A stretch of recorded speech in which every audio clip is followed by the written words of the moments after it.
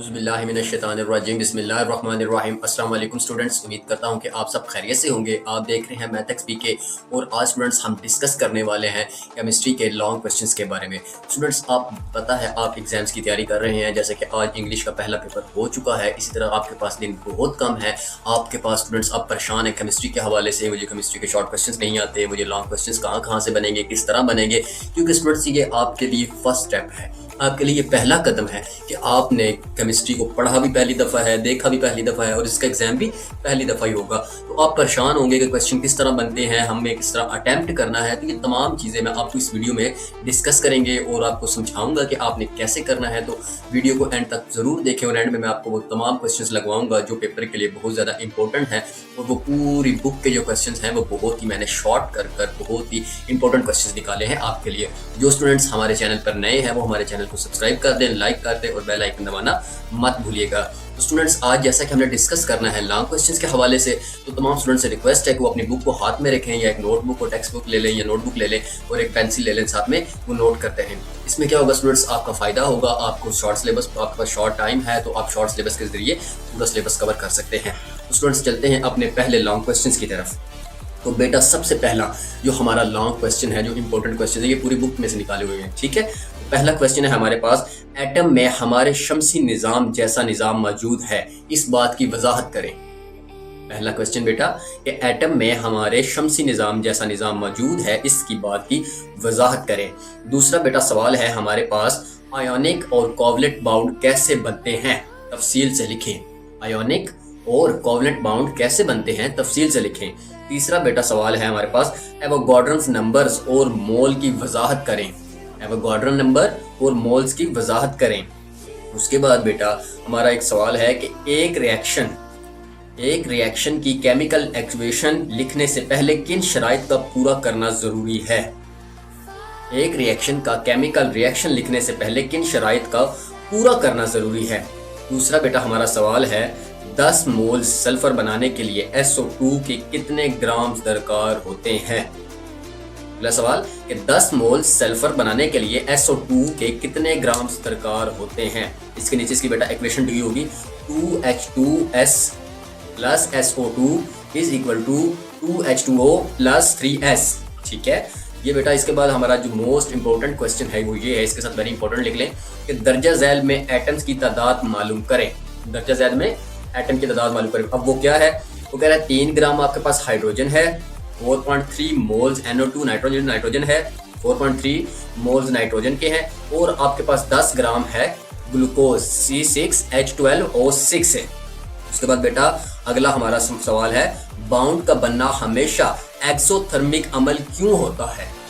ये भी बहुत इंपॉर्टेंट क्वेश्चन है कि बाउंड का बनना हमेशा एक्सोथर्मिक अमल क्यों होता है। उसके बाद बेटा अगला सवाल है, हीट और एंथैल्पी में क्या फर्क है।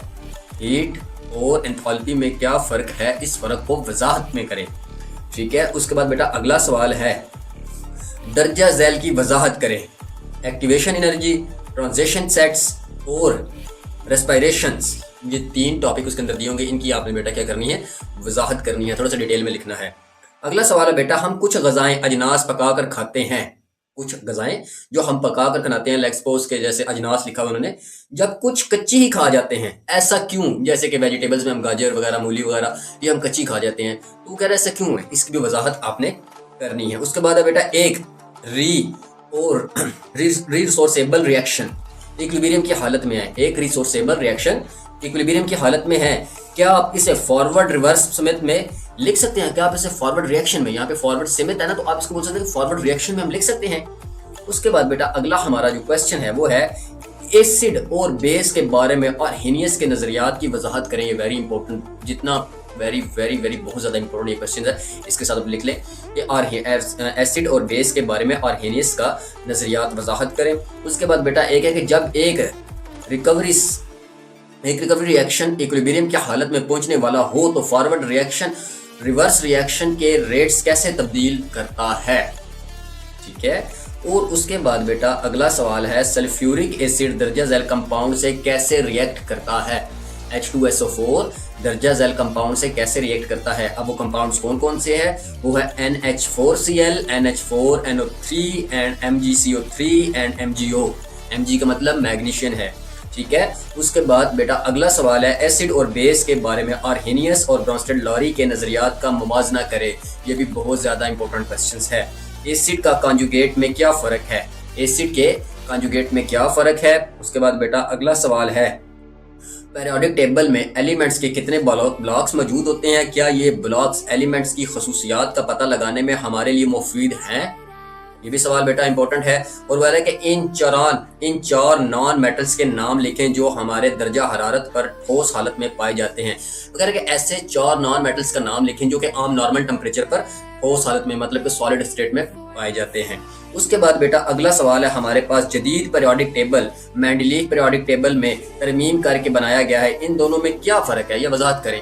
मतलब कि जदीद पीरियोडिक टेबल और मेंडलीफ के जो पीरियोडिक टेबल है इनमें क्या फ़र्क है, आपने इसकी वजाहत करनी है, ठीक है। उसके बाद वो कह रहा है पीरियड्स में दर्जा झैल खसूसियात कैसे तब्दील होती हैं, वजह बताएं। पीरियड्स में दर्जा झैल खसूसियात कैसे तब्दील होती हैं, वजह बताएं। अलिफ एटॉमिक रेडियस, 2 आयोनाइजेशन एनर्जी, ठीक है। उसके बाद बेटा अगला सवाल है अल्कली मेटल्स में केमियाई रिएक्शन के रुझान ग्रुप में नीचे की तरफ बढ़ते हैं जबकि हैलोजेंस में रुझान कम होते हैं, वजह।